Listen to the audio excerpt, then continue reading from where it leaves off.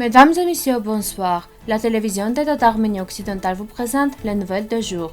La 19e séance ordinaire de l'Assemblée nationale d'Arménie occidentale a eu lieu. Retour sur l'hymne national de l'Arménie occidentale Zartnir-Lao.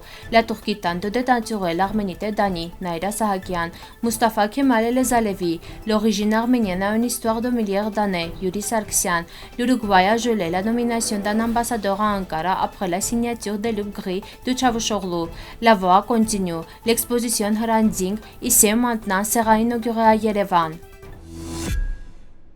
Le 4 mai 2022, une séance de l'Assemblée nationale d'Arménie occidentale s'est tenue, dont l'ordre du jour comprenait un certain nombre de questions, dont la plus importante était la rédaction finale et l'adoption à l'unanimité de la déclaration de réponse de l'Assemblée nationale d'Arménie occidentale, l'Arménie à l'Assemblée nationale d'Artsakh. Il sera traduit dans un certain nombre de langues et envoyé aux assemblées nationales des différents pays pour information.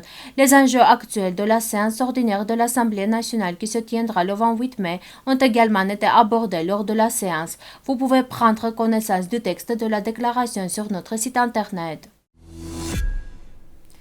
Un des phénomènes au sein du peuple arménien est qu'il doit combattre dans son quotidien contre un processus d'assimilation voire de désintégration de son identité et de sa culture. Au point où jusqu'en mai 2011, l'équipe de football turc de Fenerbahçe avait choisi comme hymne de son équipe Zartnir-Lao. Le président Armenak Abrahamian envoie une lettre en mai 2011 au directeur de l'équipe, M. Hakan Yavuz, le remerciant d'utiliser l'hymne national de l'Arménie occidentale Zartnir-Lao pour son équipe. La réponse ne s'est pas fait attendre. L'équipe de football de Fenerbahçe ne chantera plus l'hymne du Conseil national de l'Arménie occidentale Zartnir-Lao. Un article dans le journal turc Sabah précise que le parolier turc de l'hymne du club de football de Fenerbahçe, Hakan Yavuz, dit qu'il ne connaissait pas l'origine arménienne de la chanson Zartnir-Lao et ne veut pas continuer à la chanter. Si nous le savions, nous n'aurions pas chanté cette chanson. Nous ne la chanterons plus, a déclaré Yavuz. Monsieur Armenak Abrahamian, président du Conseil national d'Arménie occidentale, répond à Monsieur Hakan Yavuz.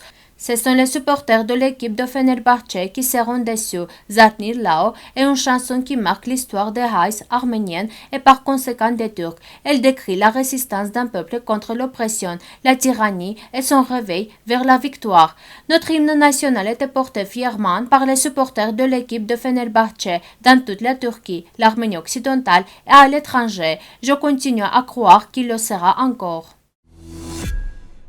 Le journal turc Daily Sabah a publié un article intitulé 34 500 touristes ont visité la ville antique d'Ani en Turquie en 2 mois. Naïra Sahakian, chercheuse au musée Institut du génocide des Arméniens, écrit à ce sujet dans son article. À première vue, cette nouvelle semble inoffensive car un grand nombre de personnes ont fait connaissance avec l'ancienne ville. Toutefois, si vous lisez attentivement le texte, vous comprenez que cette information innocente a un tout autre objectif, modifier l'identité du patrimoine médiéval arménienne. Non seulement l'article n'aborde pas l'identité arménienne d'Ani, mais il change même l'identité de la ville. La Turquie ne poursuit pas cette politique uniquement à l'égard du patrimoine culturel arménien, dont la cathédrale Sainte-Sophie, transformée en mosquée, est l'exemple le plus clair. Après l'occupation de l'Arménie occidentale et le génocide des Arméniens autochtones de cette région en 1915, le processus de création d'un État turc sur des principes fascistes s'est poursuivi illégalement. Le fondateur de cet État, Mustafa Kemal, s'est efforcé de créer un État ethnique homogène. L'ensemble du processus a été réalisé avec un programme d'extermination des minorités nationales. Les massacres de Koçgiri en 1920 en 1921 et les massacres de Dersim en 1937 contre les minorités nationales alevis en sont de parfaits exemples. Vous pouvez en savoir plus sur ces événements en lisant l'article sur notre site web. Yuri Sargsyan, chercheur en civilisations anciennes, a présenté les origines de l'ethnos arménien à la télévision d'Arménie occidentale en évoquant 3 questions principales. Qui sommes-nous? D'où venons-nous? Et où allons-nous? Il a parlé des 4 rivières qui traversent les autres plateaux arméniens, qui sont rencontrés dans presque tous les mythes. Selon les recherches de Sargsyan, il y a des milliers d'années, il existait déjà un système de culte en direction d'un créateur. Il existe des preuves de la préservation de l'image de Dieu sur des tablettes d'argile et de pierres qui ont servi de base à la recherche. Selon le Gazette Devoir turc, lors d'une manifestation de la communauté arménienne en Uruguay, le ministre turc des Affaires étrangères a montré aux Arméniens une pancarte Lubkris, ce qui a provoqué un tollé en Uruguay. Le Parlement a proposé de geler la nomination de l'ambassadeur de l'Uruguay en Turquie. La nomination de l'ambassadeur a été gelée par un vote à la majorité.